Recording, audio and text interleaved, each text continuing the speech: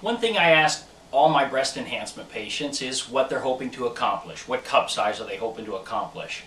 And I've noticed in the 20 years that I've been in private practice, there's been some cup creep over the last 20 years. Going from back when I first started off in the early 90s, it seemed the majority of patients, they wanted to be I want to be a full B or maybe a small C, and the C cup seemed to be the goal at that time. Now, the C cup is still the average goal, but mostly it's now I want to be a full C or a small D. Now, have American women changed all that much in the last 20 years? I really don't think so. I mean, American men and women have been obsessed with breast size for as long as anybody can remember. I mean, Mae West back in the 20s, Jane Mansfield, Jane Russell, all these kind of curvy actresses became this cultural ideal of what was attractive. So why did we go from B cup to C cup to now D cup? I blame the bra manufacturers, actually. I think that they're messing with patients in that I think now what was a C cup probably 20 years ago is labeled a D cup.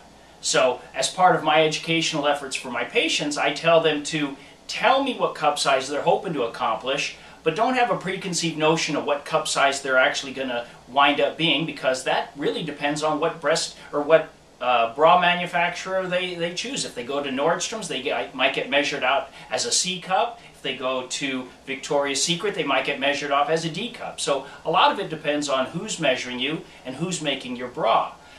For example, this is a 375 cc implant. In my practice, it's neither a very small or a very large implant. It's very average. I had a young patient, about 5'5", 5'6", come into my office wanting a breast enhancement, and we put this implant in her. She wanted to be a full C, possibly a small D, and at her post-operative visit I asked her what cup size she was. She said, well, I'm a 32 double D.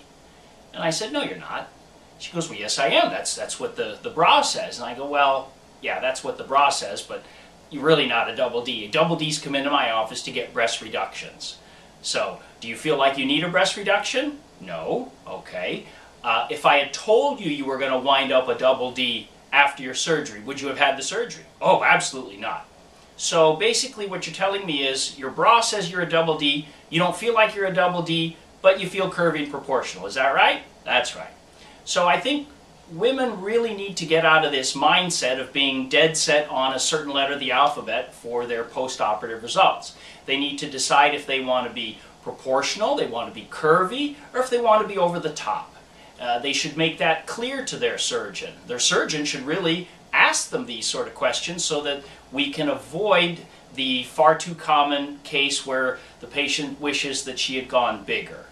Another way you can help your surgeon is by bringing in copies of pictures of breasts that the patient finds attractive, a certain size. It has to be obviously on the same frame of patient, but it will also tend to give the surgeon at least some input on what that particular patient finds attractive. All too often I've had patients tell me, oh, I want to be a C cup, but the pictures that they show me are clearly not C cups, which makes me fudge a little bit on the larger implant size.